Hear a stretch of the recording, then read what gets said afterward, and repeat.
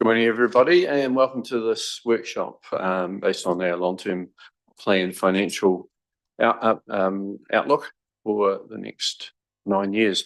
So welcome to members of the public who may be watching the live stream, but also to councillors, staff in the chamber here, and all those who have been working to help prepare this particular session. So we're going to be talking around our financials for the next couple of hours, and then we get into deliberations in a formal council meeting format. So with just acknowledge the absence of Deputy Mayor Halalele, who's away this week, and I think everyone else is here. So just pass over to Mr. Barnley to introduce the session. Okay, so this session is really intended to frame the deliberations by giving you the latest up-to-date picture on the finances. And I think it's fair to say that, like most councils, we face a challenging financial position. And I think most people know why, but I think it's important to reiterate the why. The change in government brought about a change in the water reforms, which meant that water remains with councils for at least 2 years, and depending on what decisions are made, longer. And with that comes a heavy investment programme to meet the water standards set by the government. And on top of that, we've faced inflation that's way above what most people have faced in their household budgets, particularly for capital projects as well. So this has put huge pressure on our finances and most councils' finances. And to put it frankly, there's too much in the budget at the moment. There's going to be some tough decisions we need to make within this round to set our 9-year LTP.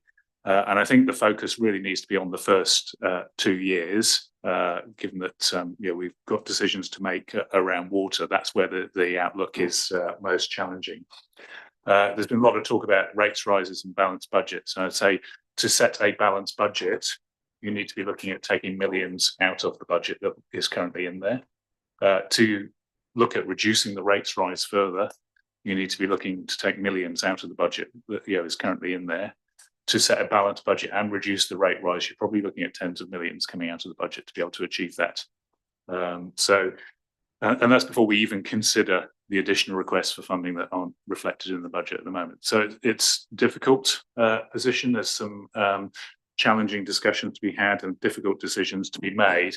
And really what we wanted to do is give you the latest up-to-date financial picture to go into the deliberations. And with that, I'm happy to hand over to Amanda.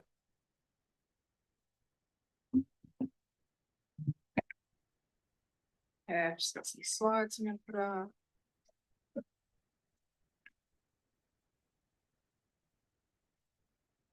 up. So obviously we had a conversation around finances last week, so not too much has changed since that time. So we just kind of wanted to reiterate the process and exactly what Alex has just outlined. So obviously you've had hearings a couple of weeks ago, deliberations today and tomorrow. There is going to be some juicy, long financial workshops on the 15th of April where we will go into the operating budgets by department in depth. So that should be a lot more detailed, and you'll be able to look at how every single department is stacking up with their most current budgets that we're proposing to put into the long-term plan. And then any follow-up project listing scrutiny, like if there's any questions over these next couple of days that we can go away and work out some more detail, and then we can try various options to do with unfunding depreciation things. I've got some numbers that I can run through today. And just getting the split right between rates rises and balancing that budget, what different scenarios could look like. So ideally, it would have been good to have these sort of conversations before we went into deliberations. But yeah, we didn't have the time. So this couple of hours is a workshop, so it should be quite interactive. I don't want to just speak to you, ask questions, and we can get an understanding of where we're at right now, and then use that time really well on the 15th of April to get into more detail, look at the operating budgets, And then we'll have time to come back. I'll be able to run the numbers with whatever direction you give me over these couple of days and in mid-April. Come back end of April and we'll have it all tied together and see what the final picture looks like in terms of the operating budgets at the department level, those funding impact statements and the overall P&L and balance sheet, and then that'll give you the final rates rises that we're looking at putting in the long-term plan and what the debt outlook's looking like. May we'll be pulling the long-term plan together, so obviously it's a big chunky document. There's lots of other policies and performance measures and things that go into it. The audit actually starts on the 19th of May. I've been talking to the auditors last week and they're all gearing to go. They'll be here mid-April doing our interim audit, so they'll get an understanding of how we're looking for the long-term plan then as well. And then they'll just be here until the job's done. So obviously we've got council meeting penciled in for the 24th of June, but we have a legislative deadline of 30 June, so we could go up until that time if we need to. So there is still a lot of time to fine-tune these budgets, and want to make sure that you have the opportunity today and during April to ask any question, fully understand exactly where we're at and what choices and levers you've got. So yeah, just reiterating, I think the biggest thing from when we went through the consultation document, preparing it and having that audited, I think the biggest thing that we were unsettled with was the balanced budget. So that resolution was made that we want to balance the budget in our final long-term plan budgets that we approve in June. But that's tough. So this is what the picture has looked like. I thought it was quite interesting to look back historically and going forward. So I touched on this last week. In your previous long-term plans, you've always had a balanced budget. You're always expected to make, is that my computer? Have I got my sound on? You're always expected to make surpluses and balance the budget. Is it me?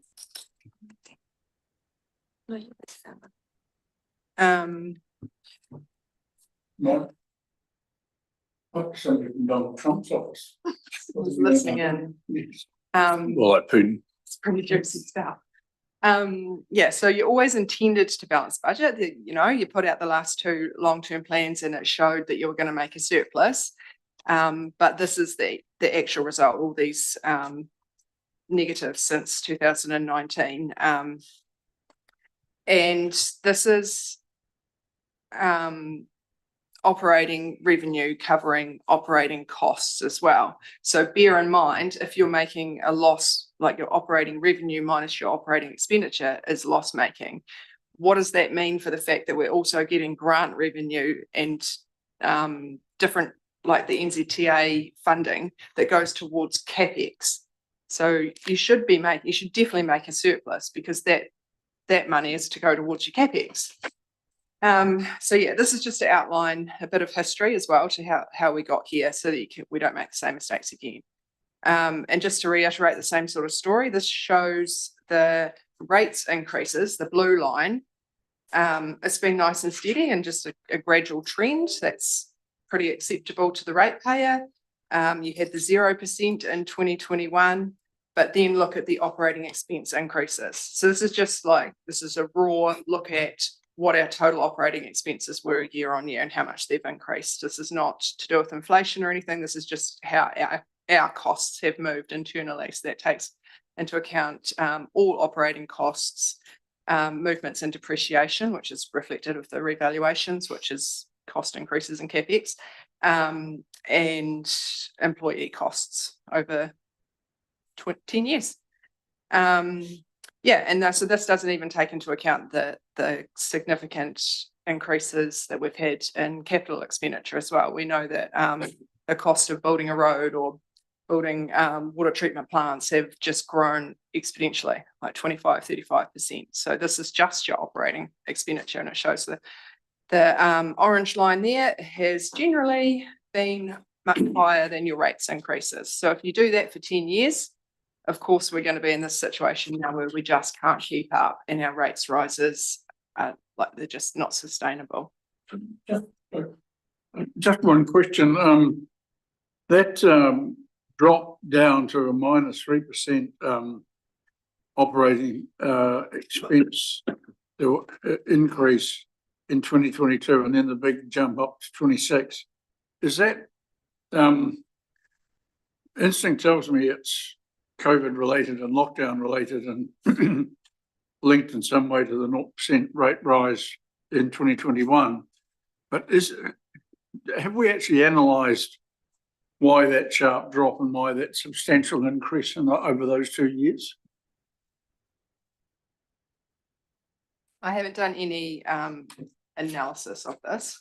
I wasn't around in 22, so I'm not quite sure, but I'm guessing it is something COVID related, or would have thought it would have been more in 21. There would have been a decrease, but there must have been something you guys did from 2021 to 22 to keep costs down. No? Nothing comes to mind from my perspective, because I thought that was a period of time where the inflationary costs were quite high, but I don't know whether Paul's got any thoughts on it. No. I can look into a bit more. It might be to do with like thinking your big costs that could decrease. Like if you were doing less in repairs and maintenance or something. I'm not quite sure if there was some less contractor work that year or something. I'll look into it. It might be useful. And just to Councillor Hopkins, the -3 is not related to the zero. The zero was the actual rate increase, which basically we chose not to increase it despite 14% increase in rates. And so the 8% is more to do with the zero, which even then, probably didn't take into account that full year of not having an increase. So just it's probably, let's wait for the analysis, but I would have thought some of those knock-on effects would have been a year later. In other words, I would have thought the reduction in the expenditure in 2022 may have been a consequence of the decision to have a zero rate increase in 2021. But I mean, the key thing is there's something happened in those 2 years that's out of the ordinary. I mean, we can see what appears to be a relatively consistent trend otherwise, but it just goes haywire over that 2021-23 period. That's all. Yep. So I guess the main point I'm trying to make is that the red line's higher than the blue line, and it would be nice if we had a little dip in the red line like that, reduced our operating costs now, because that trend is not looking good. This is just to kind of show you where the costs have been incurred as well. I wonder if we can tell there. 21 looks like the orange other operating expenses is a bit lower, so it might be in that contractor. We might have done less work in 22. I'll look into it. But this is to show the breakdown of types of costs. So personnel, depreciation, finance, other expenditure, and your CapEx, your big blue one over the top of the green line. You want to be having enough income there to be able to cut into some of that CapEx. So this is basically showing where you can see any yellow above the green line. It's where your total income is not covering your operating costs. So ideally, you want that green line to be a bit higher up into the blue, so that some of your income, total income, is covering your CapEx as well. Because it should be, because we know that we're receiving grants and subsidies that should go towards CapEx. Just a question on that, Amanda. Is the I know you've got depreciation shown in the bar there, but what's the impact of depreciation on your CapEx? Because is the yellow bit, is the depreciation just being shown there as that's the depreciation that was spent that year? So, but how does that then relate to the total income green line that's there as well? Because you're showing it as an expense. The depreciation is that reasonable chunk of orange there, but when you've got you've got total income. How does that relate to, where does depreciation come into that, taking it out of a reserve and putting it into actual expenditure? Yeah, I'll get to reserves shortly, but this green line, the total income, is showing that you're funding for that depreciation.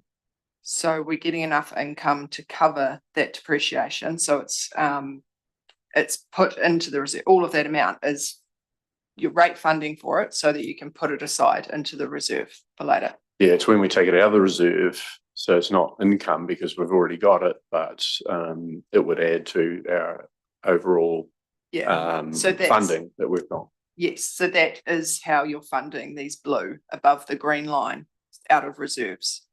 You're taking it out of depreciation reserves to do this CapEx.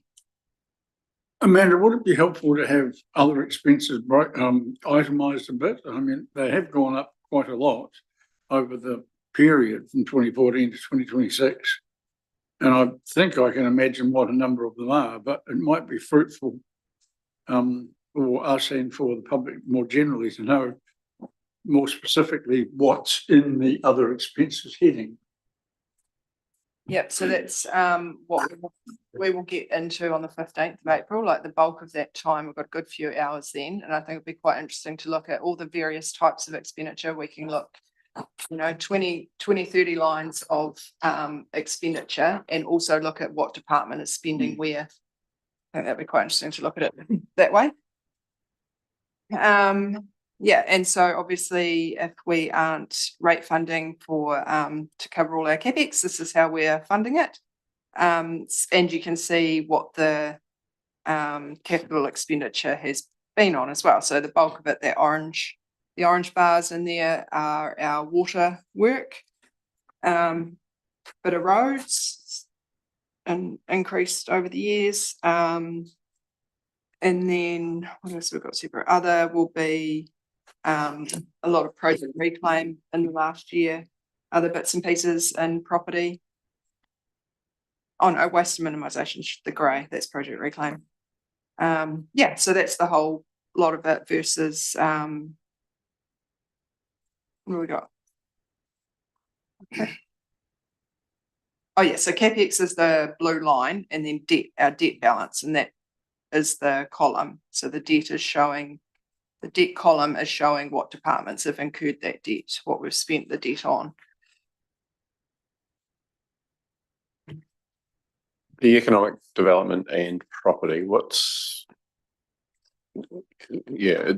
should they be bundled together, or is there a reason for that? They always have been in the past because I don't know why, but in our long-term plans, that's the group that we've put together. So we're looking at how we split that out going forward. But yeah, they've had their own funding impact statement. That's how we've always budgeted them, as one group of activities. Yeah. But yeah, the spend is basically in property. It would be good to get a wee bit more breakdown on that. Yep. So yeah, once again on the 15th, I think if we look at individual departments, so you'll see ED separate from property, and yeah. Yeah, thank you. And here's the reserves picture and a bit of showing. I know everyone always talks about our cash balances and how that's kind of been depleted, and now we're a net borrower.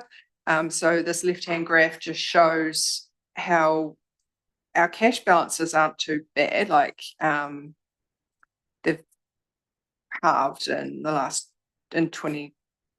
this year, 25, 26. But previous to that, although we weren't holding the cash there physically in the bank or in term deposits, we have on-lent that to other entities like North Otago Irrigation and Observatory Village, which have gone on and done successful things for the community and delivered other community outcomes that we couldn't have delivered.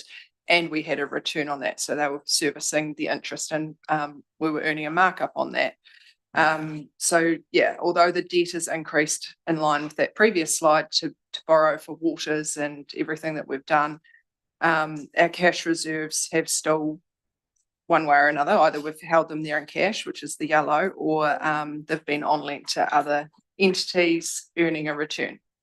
So the cash reserves are just a bit lower at the moment. The yellows, we hold the bare minimum so that obviously interest rates aren't flash at the moment. So we're not earning much in term deposits or anything. So we're better off using that money to pay down debt. And then the right-hand side shows our operating and special reserves. Thing in the way. Go away. Yeah, so the combined total, you can see our reserves have dipped away like the last few years. I've been telling you how our jam jars are getting pretty empty. Just because going right back to the start, the fact that we're not rating to cover those increasing costs over the last 10 years, and we've been making these operating deficits. So we've had to use up our reserves to carry on. So you can see the operating reserves. This is just a reflection of those ongoing losses. It's dipped into the negatives in 24, significantly higher negative and predicted in 2025, and then hopefully we can right it a bit by 2026. And then special reserves, they get maintained. So that's the ones where they're held for a specific purpose. We will only use them for that purpose. They're ring fenced. Although the cash may not be physically in the bank, we have it there on paper. We know what that balance is at any point in time. It might be earning interest and yeah, incurring some costs doing some projects around the place, but that balance is only held for that one purpose. So those balances are sitting there pretty steady, although they are decreasing. Do we know what we did in 2024 that spent $20 million of those general reserves? I know we did, there's a number of projects, but it seems like a lot. The operating reserves are just our making a net loss each year is pulling out of that. So it's to pay for all of our operating costs. So yeah, right back to the start, the fact that we're making net losses, you still have to pay for that expenditure from somewhere. So that's coming out of these reserves. Okay. The operating reserves decreasing. But I just want to emphasize not touching the special reserves. They're there for a specific purpose. Jeremy? Thank you. Just going back to that operating expenditure, Amanda, in the trend here, 25, 26 is gone back down below the rate increases. So we're on top of that. But how does that correlate to the? No, sorry, went back. Sorry, the conversation went back to the operating expenditure versus the rates increase. But the trend there is the operating expenditure is going back down below the rates increase. Is that? Yeah. So it is. So operating expenses in 25, 26, we're getting around the right way. So your point there, I think we rated appropriately to cover our operating costs for this year, and we're hoping to get it right for 2026. Obviously, it's a fine line, but just the fact that we've had so many ongoing, like all these negatives in previous years, like that $11 million loss in 2023, to fund that expenditure that we actually have to pay for, that we haven't rated for, we're using up our reserves. We're borrowing for CapEx and we're using up our reserves. So yeah, 23, 24 have cost us a lot there. We're writing it in 25 and we're hoping to get the picture right going forward. So those deficits aren't things like we're expecting money to come in for the event centre and we didn't get it in. That's separate to that. Yeah, there's elements of that as well. There's timing to do with those, but a lot of them, it's kind of just deferred to the next year as well. So like you might, so you might be able to prop up an operating reserve, but then the project still happens the following year anyway. So yeah, I just raised that because there's been several years where we've been expecting money to come in and the fundraising's been done and the money's been gathered, but it's not been given to council. And then we reset budget the following year, expecting it's coming in and then it doesn't. Whether that's actually we're double counting or even triple counting that sort of effect. Does that happen? Well, most of these graphs are just talking about your operating income and expenditure. So the operating expenditure is what it is. So if we have costs higher than our revenue, yeah, there's elements of the revenue not being received for like the sports and event centre and things. But we should still have enough operating revenue to cover our operating expenditure. We Sure. shouldn't be relying on funds from the sports and event centre to cover our operating day-to-day No, costs. no, totally. Yeah. Thank you. Tim? I think just to link this right-hand graph to page 3 a little bit further. So a portion of the deficits listed on slide 3 are a mixture of cash and non-cash. Is that some of those are? Yeah, well, it will be. Yeah, one of the it is a mix of cash and non-cash. I mean, depreciation in particular, certainly there is a non-cash expense, and one of the reasons why we sort of have larger than expected deficits is that, you know, we don't have the actual depreciation number when we're setting the budget. You know, we've talked about for the last 3 years the very significant increases in the asset revaluations that were higher than we were expecting. So that actual expense needs to be recognised. Yet we didn't.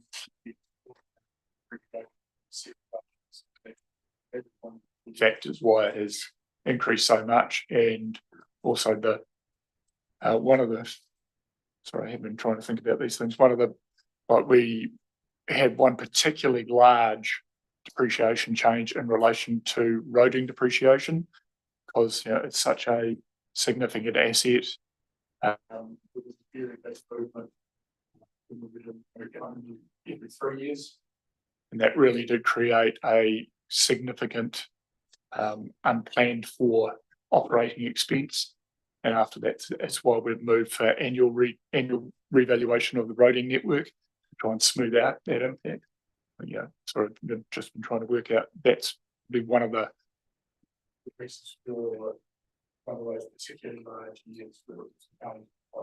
3 years worth of, you know, revaluation movement on a $700 million asset, and that had a very big impact between what the budgeted OPEX was and what the actual OPEX was. So yeah, it's a big influence. So in terms of the consequence of that is that we've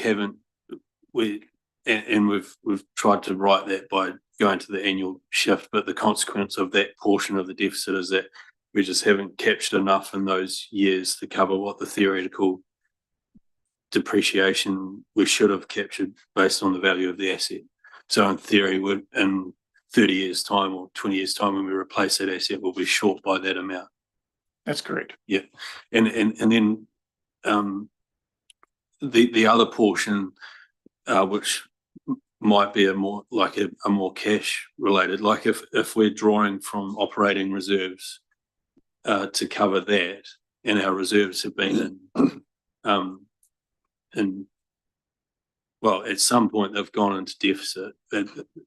For a portion of time too, they've been balanced by the money that's been loaned out. But if we've been in that stage where we're at a position of net borrowing, does that mean we're drawing down on the reserve, but topping up that reserve by borrowing LGFA funds? Yeah, because like if you look in 2025, that grey line, if our reserves are negative there, so the positive special reserves, like your RMA reserve and all those special ones there that we do use regularly, is offset by our other operating reserves being in the negative, so the net is nil. Whenever we want to use money out of those reserves, we have to borrow from LGFA. But I thought we said, or we worked across this during PAR. I think it was early last year. There were some questions raised about whether or not we were borrowing to fund like operating aspects of council. We don't borrow to fund OPEX, just CapEx.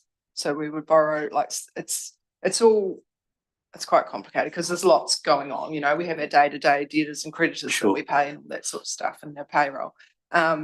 So we only borrow, like going back to that borrowing graph, we only borrow for capital projects. So when we need to make a pay run, $6 million pay run on the 20th of the month, we will look ahead and see what big capital project is happening and we will borrow down for that. So we might need to borrow 3 million this month to go towards a wastewater treatment plant. And then the rest of it is just whatever cash we've got there. So although it's hard to explain, so I get we're that. borrowing new debt for CapEx, just for CapEx, but when we go to make that payment on the 20th, it will include some OpEx and all that sort of stuff as well. Yeah, So a from bit like time. an overdraft, Then, a bit like an overdraft. Yeah. Situation. Yeah, I Yeah, get it's that all- aspect, yeah. but I guess what, if we look at slide 5, when we've got other expenses creeping up over the green line there, doesn't that mean that we have been dipping into funding operational, or is the portion of that the non-cash portion? I'm just trying to understand. the only time we have borrowed for non-capital is project reclaim. So that's actually an operating cost. It didn't result in an asset at the end. So it's not capital expenditure. But that was a significant cost over these years that have resulted in, like, that's probably a 26% increase there. So we borrow for that. One of it is like effectively a capital project, but it's not, it didn't result in an asset. But everything else, all operating costs, we are using up our reserves. And although the reserves aren't there in cash because we've utilised that funds elsewhere on our balance sheet, we have to borrow to fill it up at the time. It's the same thing with like showing before the cash reserves. We're not holding the cash reserves in at the moment. We've lent them out to other entities. So if we want to use those cash reserves, we have to borrow. It's all, yeah, it's hard because there's a lot of debits and credits on the balance sheet that all offset it. But we do not borrow for operating costs. So sorry, one final question. So on the right-hand graph on slide 7, is that the balance of the reserves or movements in the reserves? The grey line is the balance. These are all balances at 30 June each year. Right, yeah. So we've never, in an overall sense, we've never gone into deficit in the reserves. No, the lowest we've got is we're predicting at 30 June, we're going to be pretty close to At zero. zero. Yeah, okay, thank you.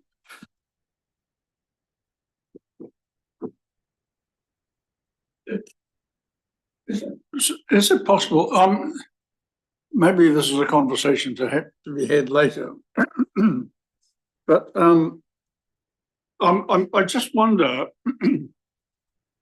how problematic this issue of depreciation actually is, because I would have thought that the solution might be to quite consciously and transparently adopt a program, a policy of funding depreciation to an established percentage and borrowing to cover any gap, because effectively you'd be using mechanisms that would pay forward and pay back.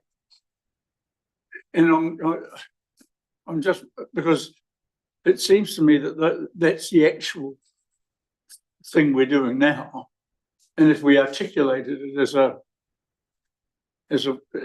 matter of policy, wouldn't that arguably address some of these issues, at least in the sense that people would know what we're going to do and how we're going to actually plug any gaps or meet any shortfalls?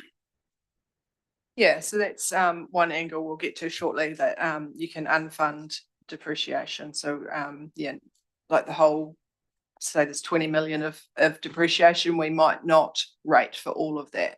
We might only rate for half of it or a certain percentage, as you say.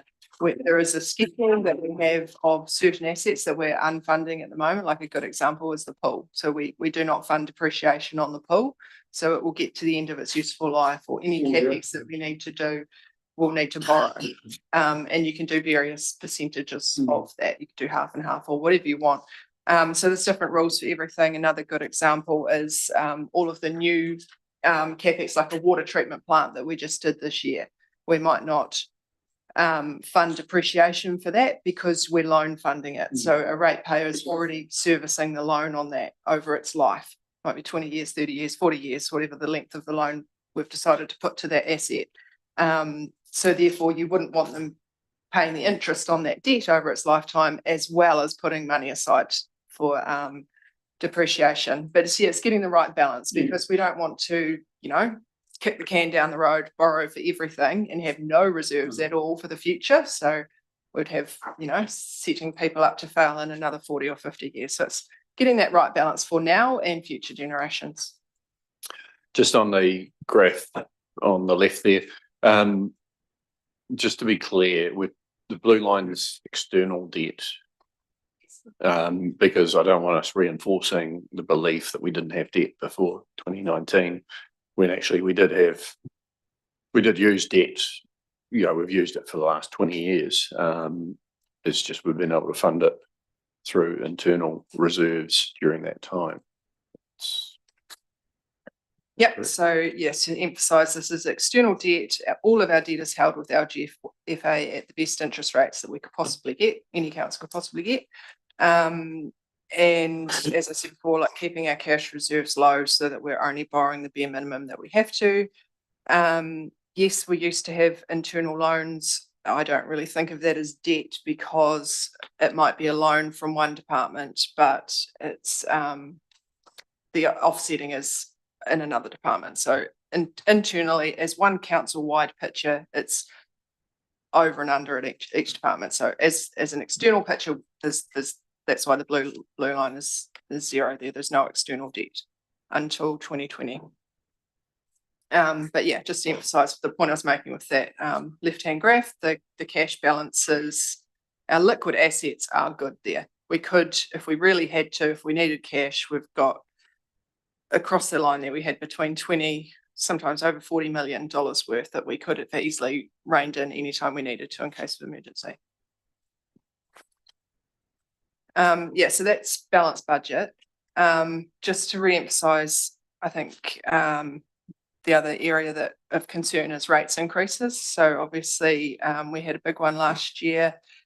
We went out for consultation with 10.3%.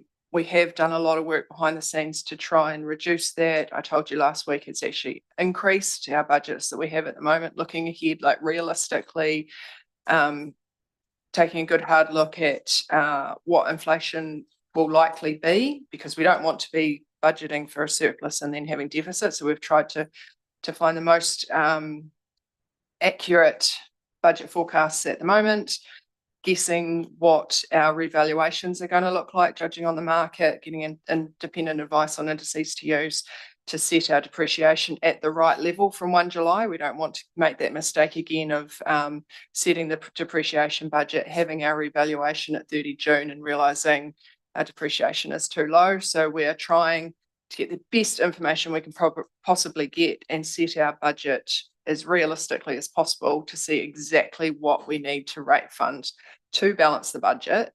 So at the moment, it is looking higher than we wanted. I don't really want to say a figure because it's still a work in progress, and we can talk about that a lot more on the 15th of April. And when we get into the individual departments as well, it'll be quite interesting to see some are over, some are under, and what's driving that. But yeah, just before we go into deliberations and talk about the projects listing and things like that, just really want to emphasize that it's not looking flash for the next few years. If we do put waters in a separate CCO, that's that decrease there, where the waters take on, we don't rate, presuming we don't rate for waters after 2028. So that's why there's a decrease in rates that year. And then we want to keep it as low as possible, to bear in mind that there'll be a separate waters entity rating quite significantly over separately to us. John and then Tim and then Jim. You sorted? Okay, let's go. Tim. I think so. Just page 8, the graph that's on at the moment, these bars are basically representing the budget that went out for consultation, so inclusive of a deficit from years 27 or 28 onwards. So Yes, so this is exactly what was in our consultation document and the underlying budgets that I showed you last week. We had a slight profit in 2026 and then, yeah, pretty big deficits in those later years with the expectation, like when we set the budget then, we expected that we needed to do a lot of work around Three Waters leaving and potentially taking 30% of the overheads or whatever that balance was going to be. So that's why I thought it was okay to have a deficit there, because I didn't think it was real. Like a lot of it would go with Three Waters. We just hadn't scrutinized that yet. So yeah, if we don't achieve, so the deficit is somewhere between roughly 5 and 10 mil per annum for those years, or maybe four to 9 or whatever it is.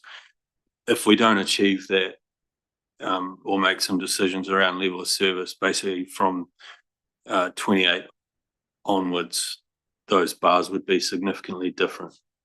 So like 29, for example, might actually be a 10%.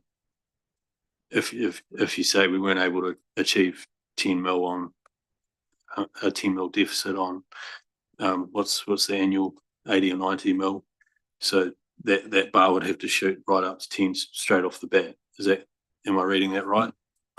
Yeah, so probably like maximum 10%. Yeah, so there's the waters overheads, which it may not be the full extent that we will be able to recoup from, that would move with a new entity. And then there's also the transformation savings that we needed to work through, which we expect to take effect in those later years as well, after a couple of years from now. Yeah, so any that we cannot bring back that deficit. So as you say, it's 5 to 10 million. So say if we could only get half, then you would have to rate fund to ensure that you balance the budget. But you would expect that would only be a few percent. If you can get half of 5 mil savings, and then you might have to increase another 2 or 3%. Jim and then John. Yeah, look, you may not want to give us the proposed new rate increase or possible new rate increase, Amanda, but I'm a visually literate observer of these documents, and I see on the left-hand side a bar that says 20 and a line that says 20 and a line that says 10, and a line in between, which I assume is 15%.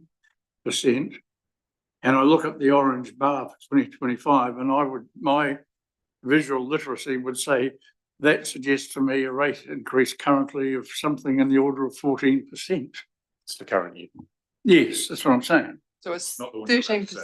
You've had that. That's what the year we're in. Yeah. Last year So we we had fixed- 13. In the 25 annual plan, we have a 13.7% rates No, increase. that's fine. Sorry. I misread that. That's my bad. Yeah, it's 2024, 25. John. I know it's very hard to look forward into a crystal ball, but do those figures change? I know we've got to do a 9-year plan. What happens if we move that out to 15? Does that make a significant difference in the way our debt levels and repayment levels are? So what I'm trying to say, it's like a mortgage for a while, it pains at the start, but it actually gets better as you go through with time. Is that possible? Yes, this picture without waters does improve over time, because we don't have that significant burden of the waters capital requirements.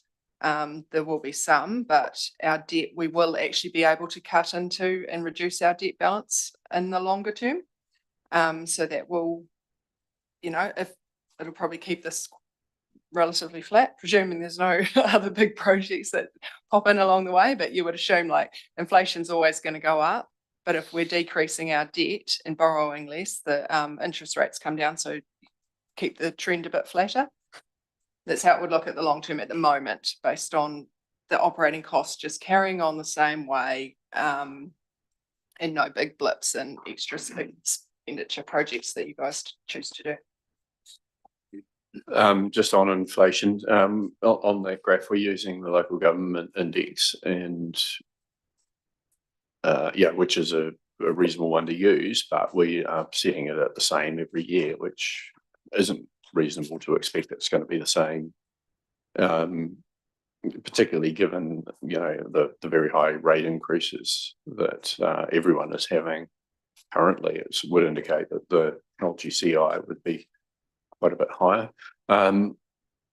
Yeah, it's almost not relevant when it's, you know, you look at it and say, well, that's just not right.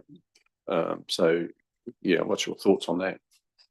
Yeah, it just brings back memories of auditor times. Like everyone across the country uses the same indices, and it's independent. Like Beryl provides the indices that we use. Every single council uses it, so it's comparable, but it's always wrong. So like, you know, you go there as an auditor and you give your council the tick. It's got the independent tick that it's correct. You're using independent advice, the Beryl indices. But yeah, you can see over the last 10 years that it has been so far out. So I can't remember, but 2021, I think there was budgeting 2-3% increases, even though we've just gone through COVID. No one predicted the level of increases that we're getting right now. And it was the case even before that. It's one thing you can guarantee, the interest rates will be wrong. So has Bill said that that's the flat line like that? Yes. So I think they need to use a more senior partner or something from Bill to do those, not the office junior, because we know it's not going to be static like that. And so I just really question the value at all we get from that, or the ratepayers get from it. But yeah, it's hard to predict exactly, I know, but I can predict exactly that it won't be the same every year for the next 10 years. Anyway, that's an aside. Next page. Yeah, so just obviously there's been a lot of conversation after we went for consultation. The feedback from the community was that they would prefer that we keep Three Waters in-house.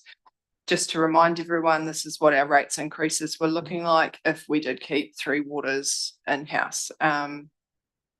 Yeah, this is just getting by. This is covering our operating costs. And yeah, a more alarming picture, I think, is when we get to the debt. So in 2028, we breach our debt cap, which is 175% of total revenue. If Three Waters were kept in-house, they have to carry on with their water capital program. It's set by the government. It has to be done. This is what is required at the level of borrowing to meet that, because obviously we can't increase our rates anymore. So our only other lever really is to borrow. So yeah, this is just to remind everyone, if Three Waters was kept in-house, we do not have the ability to borrow to complete that work. So this is the graph we went out for consultation on, presuming that from 1 July 27, Three Waters goes to a separate CCO, and that brings our debt levels down to a more manageable level and well below our 175% threshold. You can see towards the tail end of the 10 years, it is flattening out. And then like as we discussed before, John's question, in the longer term, the debt can be repaid and start to trend down again. Tim. Thank you. Yeah, just regarding the graph on page 9, inclusive of water, essentially, regardless of, and I take your point about the debt ceiling, but essentially, irrespective of which entity water sits in, this is the kind of pain that the household is going to feel when you combine water and rates combined. The situation will basically remain the same. That's correct, is it not? Yes. Yeah, I think the message to the public is water is going to go up in cost, and it's going to go up quite considerably over time. the challenge we've got is trying to find the mechanism where it doesn't go up as much as what it might. And that's the only difference is, you know, is there a more efficient way of doing it? And that's obviously what we're going to be consulting on as part of the water service delivery plan consultation. And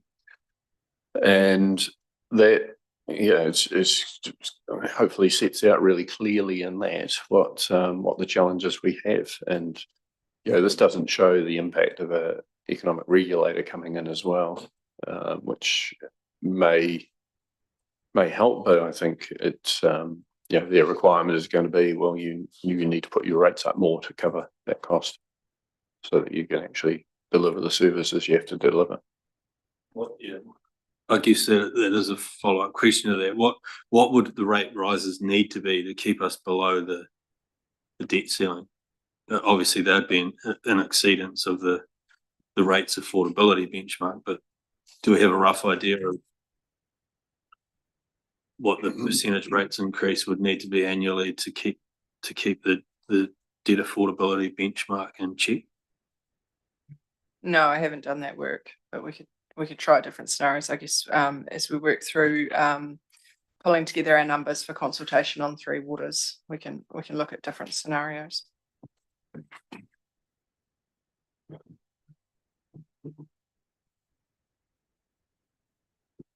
Okay.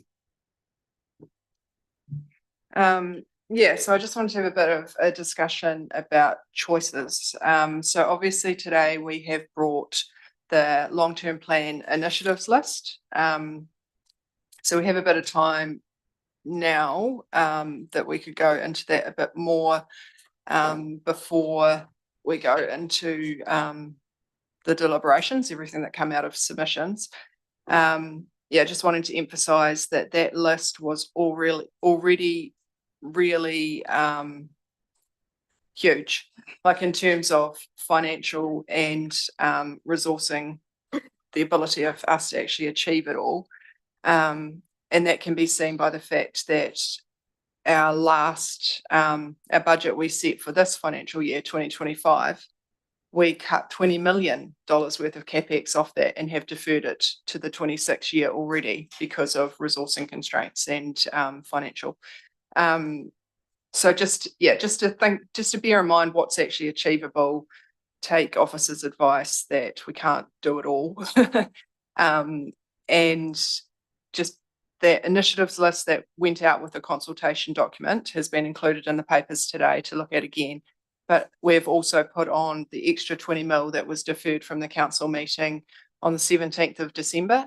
So it's just unachievable right now. It's like the auditors have put an emphasis of matter in our consultation document saying that the level of CapEx that we went out for consultation with was unachievable based on our past performance and based on our financial ability, based on contractor availability, resourcing wise, it's completely unachievable right now. So the fact that they said that in that initial list we put out in the consultation document, plus we've now added the 20 million that we've deferred from the 25 year, a lot of it has gone into 2026. You'll see in the later papers. Yeah, so just want to prioritize, defer what we can and really scrutinize that list. Because yeah, we just can't afford to do it all.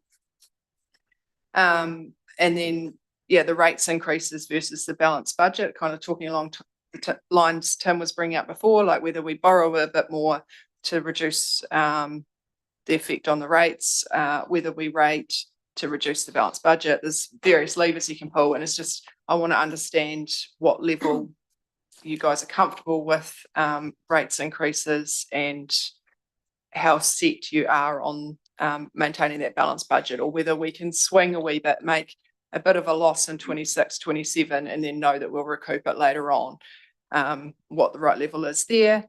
Debt. So obviously, as a result of consultation, the public's come back and don't want us to have any debt by the sounds of it. But, you know, there is good debt. It's good to have everyone has a mortgage on their house and that you pay that off over time. It's not sustainable to go and pay your mortgage off on day one. And I've showed some graphs previously, the level of assets that we've got versus the debt the debt is so insignificant. I know we can't sell those assets, but we've had to pay money to build them. And really, our debt level is pretty insignificant in terms of that level of CapEx that we've got. It's just maintaining it at the right level so that it's not too hard to hit on the ratepayers servicing that debt with the interest rates the way they are and where they're looking to go. So yeah, just getting an understanding from you about what sort of level of debt you want to sit at, because then I can work the numbers back from that. Other options, so obviously there's going to be a lot of work about Three Waters in or out. We've got the results of consultation rounds just now where the public have said that they would like us to keep it in-house. We've taken it on board that obviously those graphs that I've just shown, the financial picture with Three Waters in is just not practical. We cannot borrow, we cannot physically borrow to meet that level of CapEx requirements that we've got. So obviously we didn't give them enough information to understand that picture, and that's something we'll work on when we go out for consultation in the next round. Yeah, so looking into options with that, and there's a lot of not more work. Unfunding depreciation, it's something we spoke about last week, and I've run the numbers. We could potentially save, if we unfunded depreciation on all of water, we could save about 8 or 9, save, but not put aside, depreciation in the depreciation reserves of 9 to 10 million. So straight away, if we just made that executive decision to not fund per annum, yeah. If we decided not to rate for depreciation on waters, that means that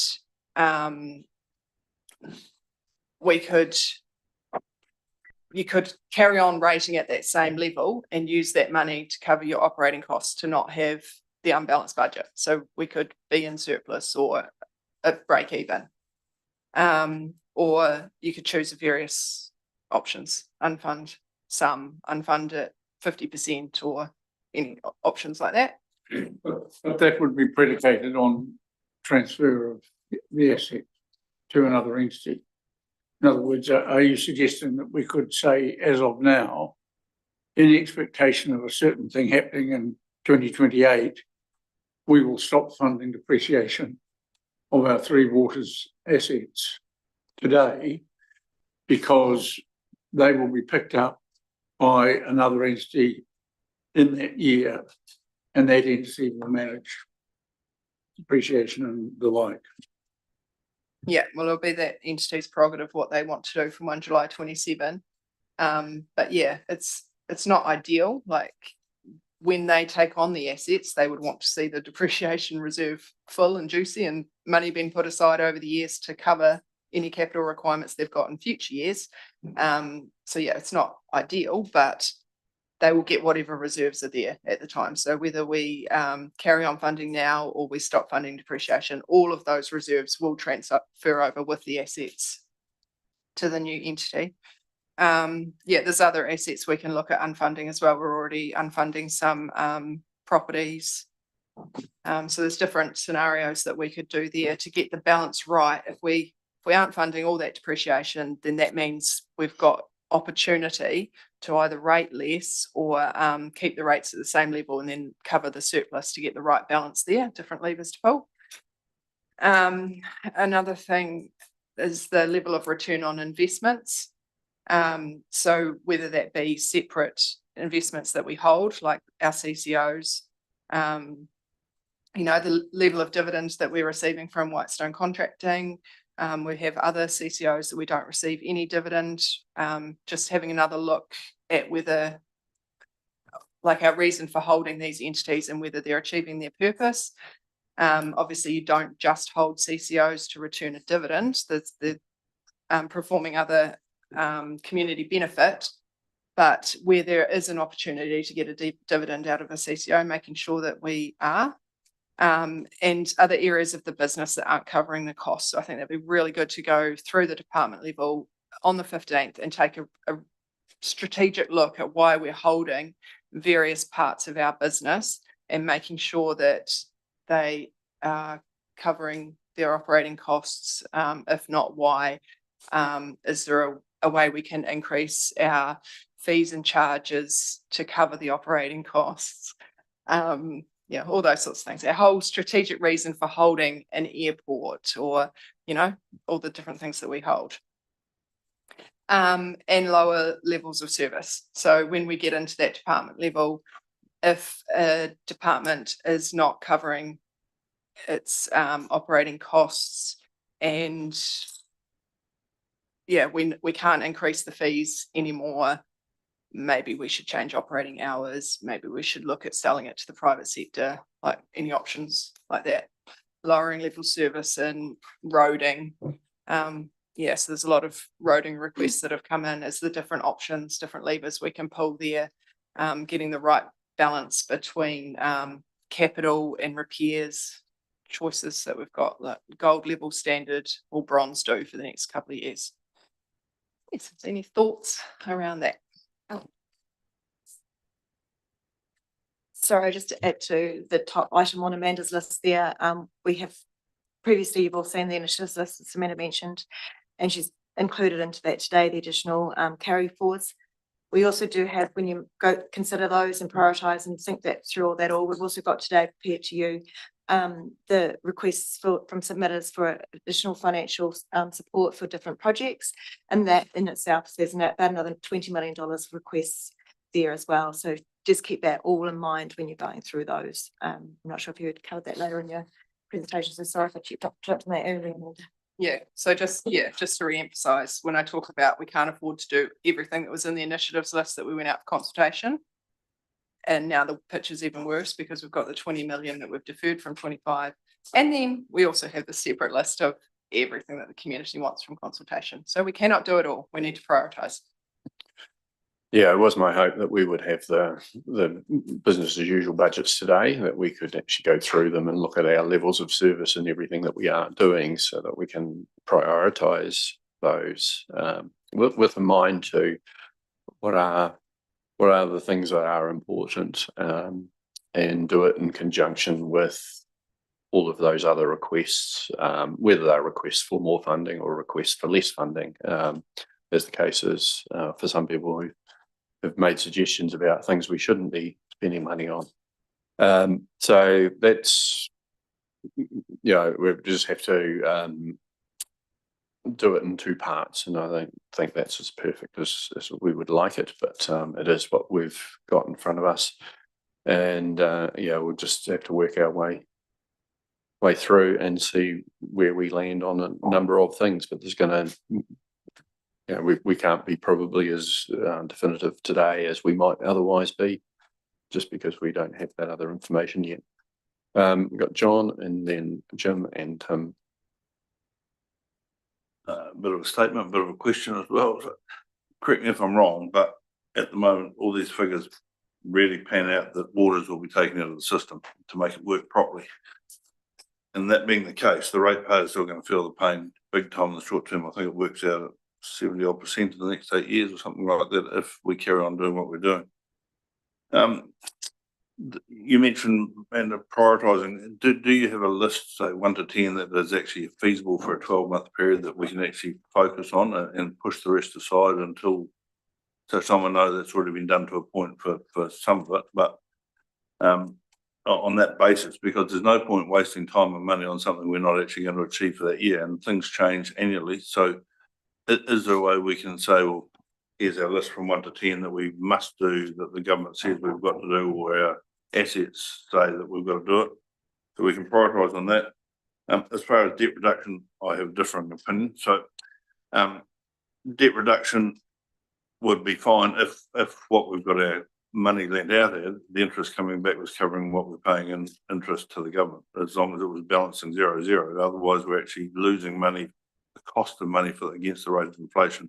So what I'm trying to say, the house you could buy today for 500,000, next year could be 600,000, but you still only got $1 million. Yeah, and these items that we push sideways, because if they can get pushed sideways, is there a possibility to get a business or a case study done on them, so we've actually know more of what's coming in front, and we can say yes, we must do that, or no, we can't, and we can actually push it sideways. Sorry, that's just a lot of questions. Yeah, yeah, a lot of those were statements, but yeah, I agree. In terms of business cases and things, a lot of them, this is just a budget. It's a placeholder. It's our best guess of the figures at the moment. There's some coming through in 2026, or a lot of these 25 ones that we originally were going to do in 25 budget that we've deferred. They might be at a business case stage now. You might have seen some business cases, but the business cases will come through as and when we actually go to do the projects. So these later years, they're just best guess at this point in time. We need to have a budget there so that we can plan the finances for that point in time, but a business case will come to council before it actually goes ahead. And it is something that we're working, like obviously the PMO office is developing new projects and systems, and my new IBIS budgeting tool, I want to be able to show you that on the 15th as well. We want to get a lot more information in there so that you'll have access to see, click on a specific project, see a bit of a narrative about it, and then it might be attachments about what stage it's at. So if it's, you know, had a business case, if it's run through the PMO, the scoping document might be put in there and those sorts of stuff. So any information we have at that point in time, we'll be putting in a system for you to see. But yeah, a lot of them we just haven't scoped yet. We haven't had time. We're working on what needs to be done now. And there's a lot here. Yeah, in terms of must-dos, I actually gave you a listing of must-dos. It was titled must-dos last year. Unfortunately, a lot of the other options came back into the must-do list. But yeah, just the initiative listing that's in today, we've put waters first, because a lot of those are must-dos, they're government requirements. But we'd also have to bear in mind that the standards are changing constantly in waters.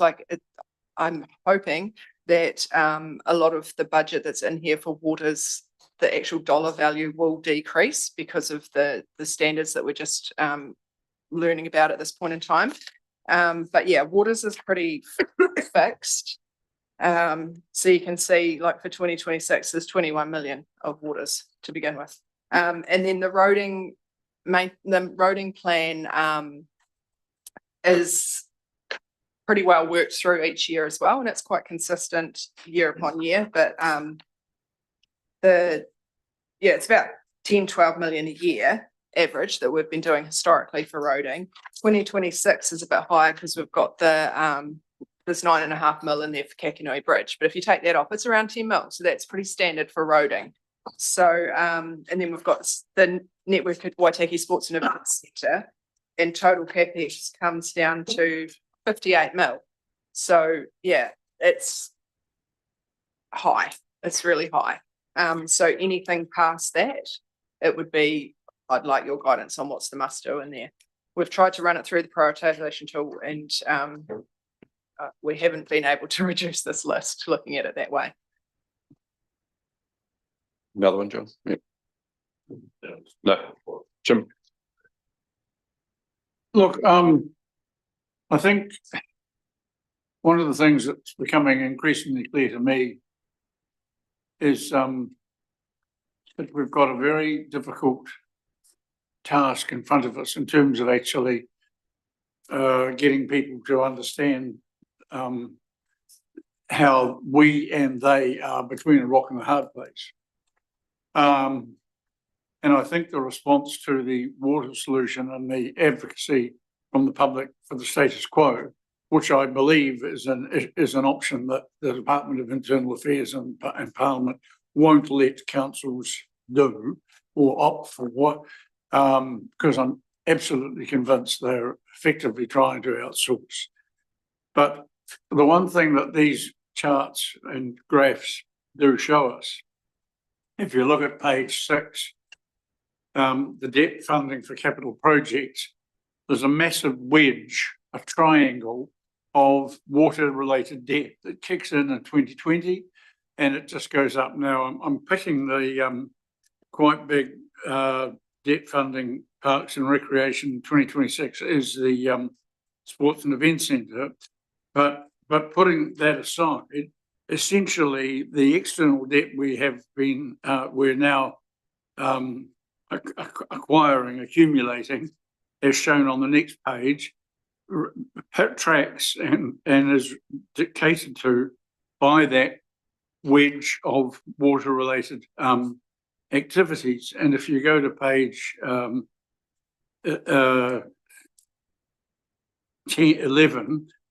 and look at the debt balances,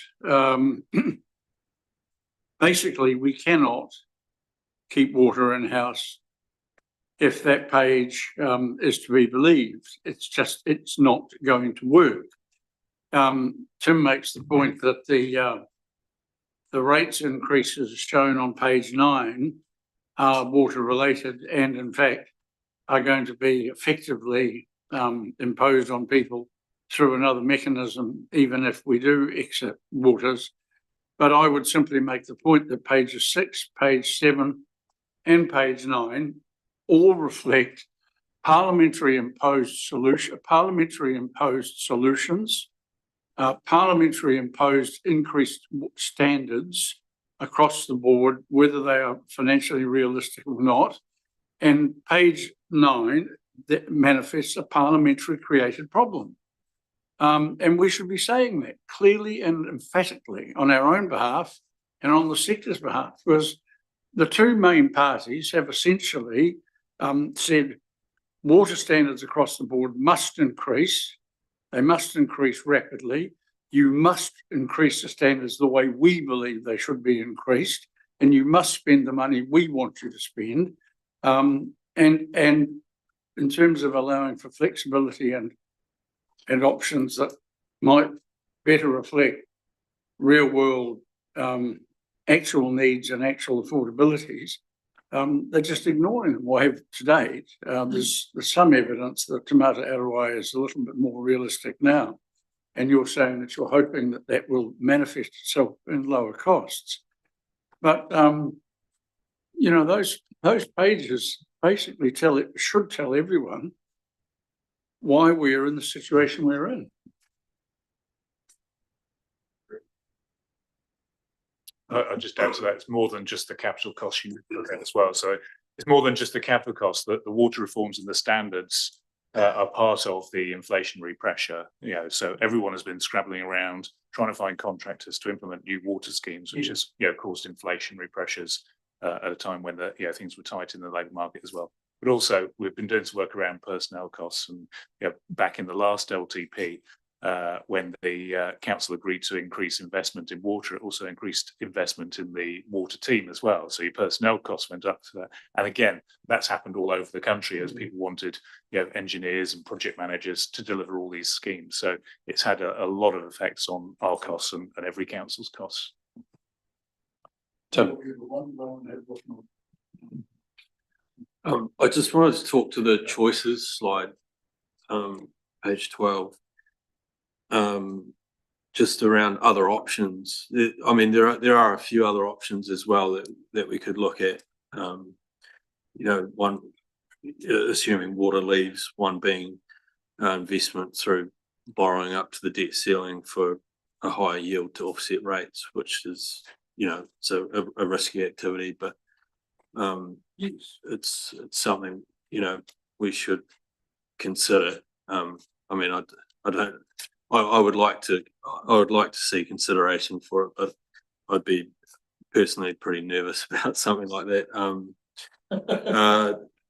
Probably the other one is what, understanding the consequences and cost to us of not complying to the water, the required water timeframes, but committing to complying over a longer period.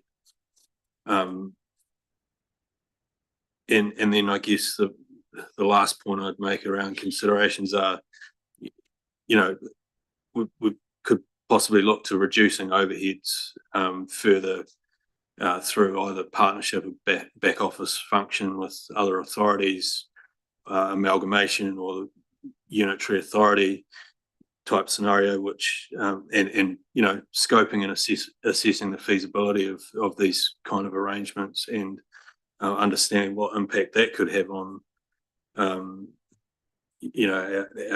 our cost to the ratepayers. And I honestly believe that this is a conversation that if we are going to have it, needs to go hand in hand with the water conversation. Yeah, so definitely agree about borrowing to invest. It's just the time is not right for this LTP, but bear in mind that we're doing one in 2 years' time. So not next year, but the year after, we'll be back again. And we will know with certainty what's happening with waters and what our numbers look like. And if we are in that position where waters are in a separate entity and our debt levels are forecast to reduce, it would make sense to use that money to put it into some decent low risk investments that gives a good return. You definitely want to do that. And that comes to John's point as well with borrowing. As long as you have the income that's covering that cost of borrowing, you're all good. You balance. So yeah, that could be an extra 2% on top of our the debt the interest that we're paying on our borrowing.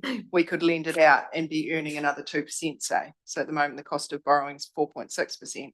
We should be able to invest in something that's earning closer to 8%, realistically. But we just can't do it. The forecast we've got right now, I, like you, would be very nervous to go out and forecast borrowing a significant amount. There's just too much uncertainty. Next point, yeah, water's complying over the long term. I think that's something we are generally doing. Like you can look at a lot of our treatment plants that, those smaller rural schemes that were supposed to be upgraded by a certain time, and we've taken the time to fully understand. Anytime the standards change, we've had those discussions with Te Mata ROI and tried to understand what we can do differently. The scheme that's just been put in Ohau, we could have jumped months ago and put the gold level standard and spent millions up there, but we've done a new approach out there, which has achieved a significant lower budget than we originally planned for. So we are doing that to a varying degree.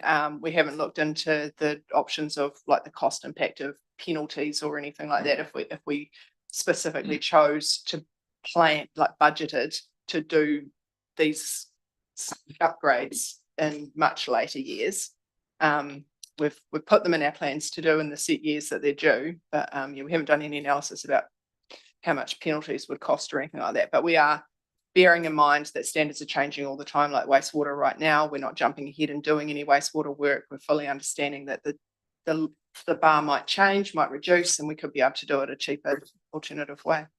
And then, yeah, in terms of unitary council, so I think that those sort of conversations will happen naturally. The fact that we are having those conversations with all of our councils around us, north and south, and what's happening in the three water space, I think that will just gradually head towards that anyway. So I guess it's the same sort of question, same as my first response. It's just timing's not right now to jump into those conversations. I think if we get our ducks in a line, obviously our financial picture doesn't look flash. There's so much uncertainty out there. We get water sorted, and then I think those sort of things will happen down the track.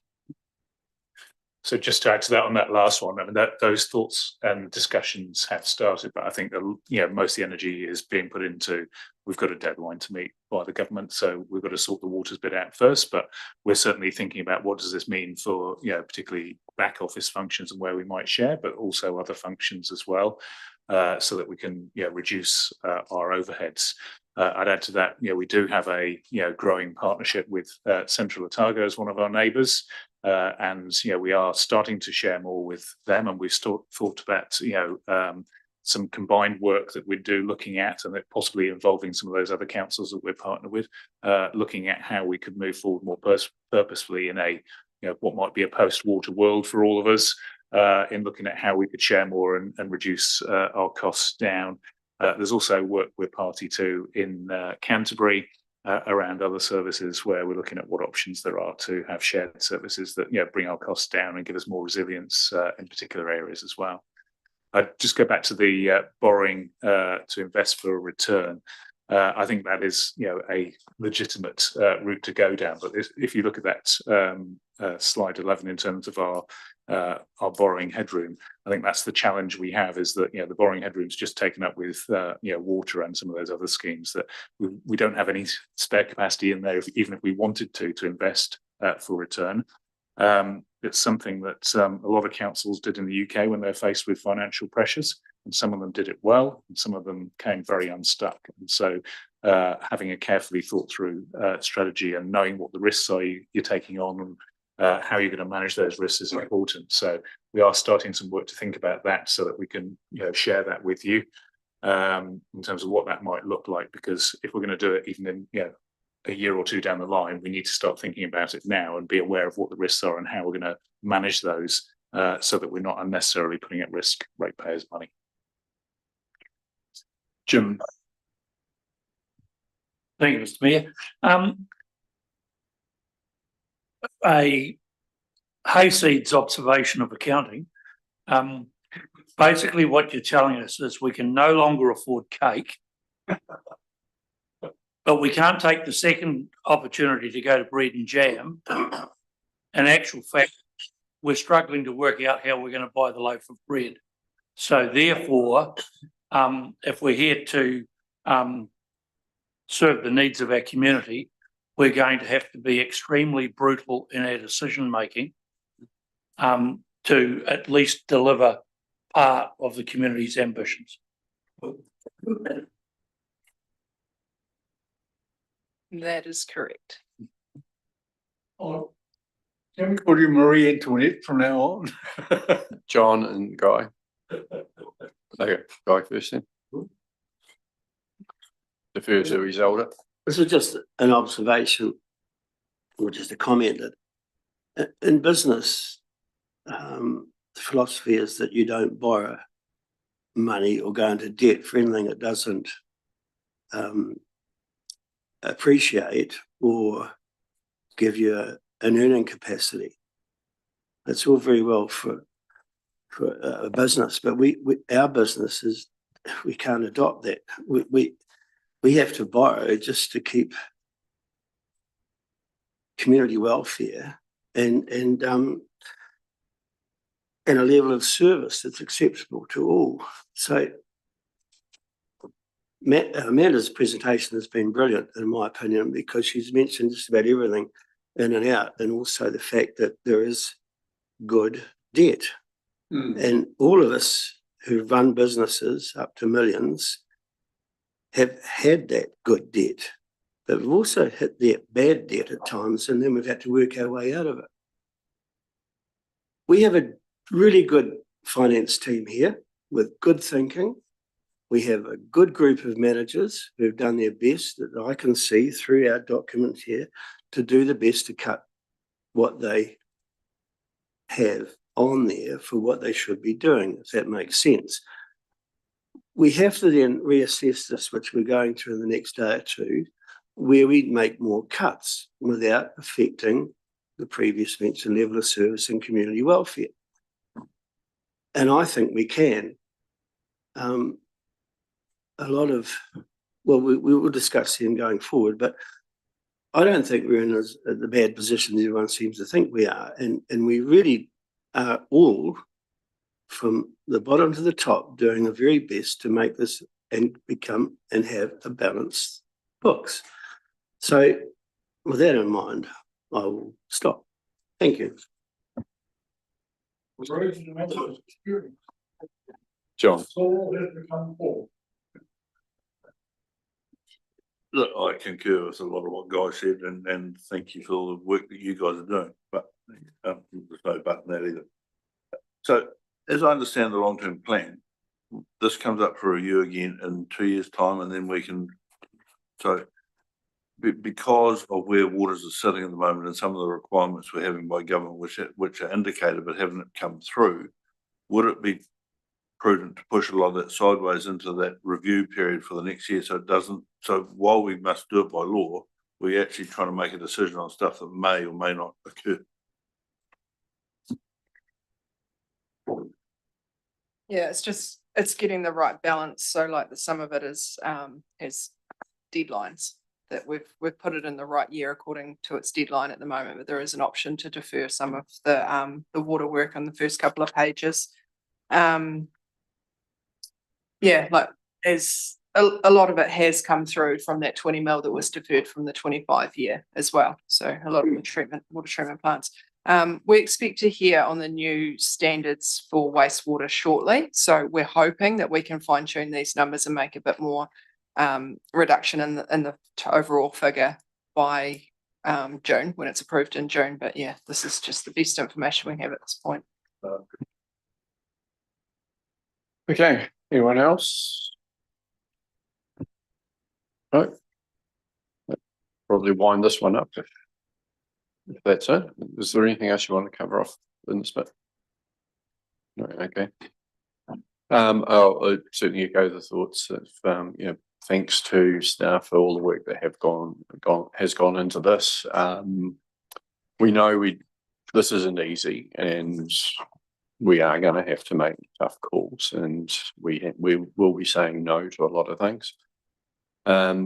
We've still got a fair bit of process to go through as we get to that point where we finally sign off on this at the end of June.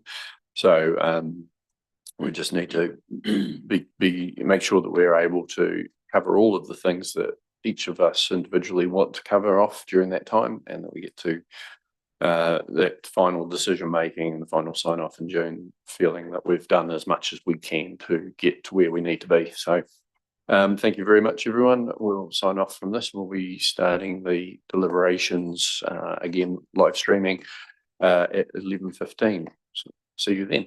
Thank you.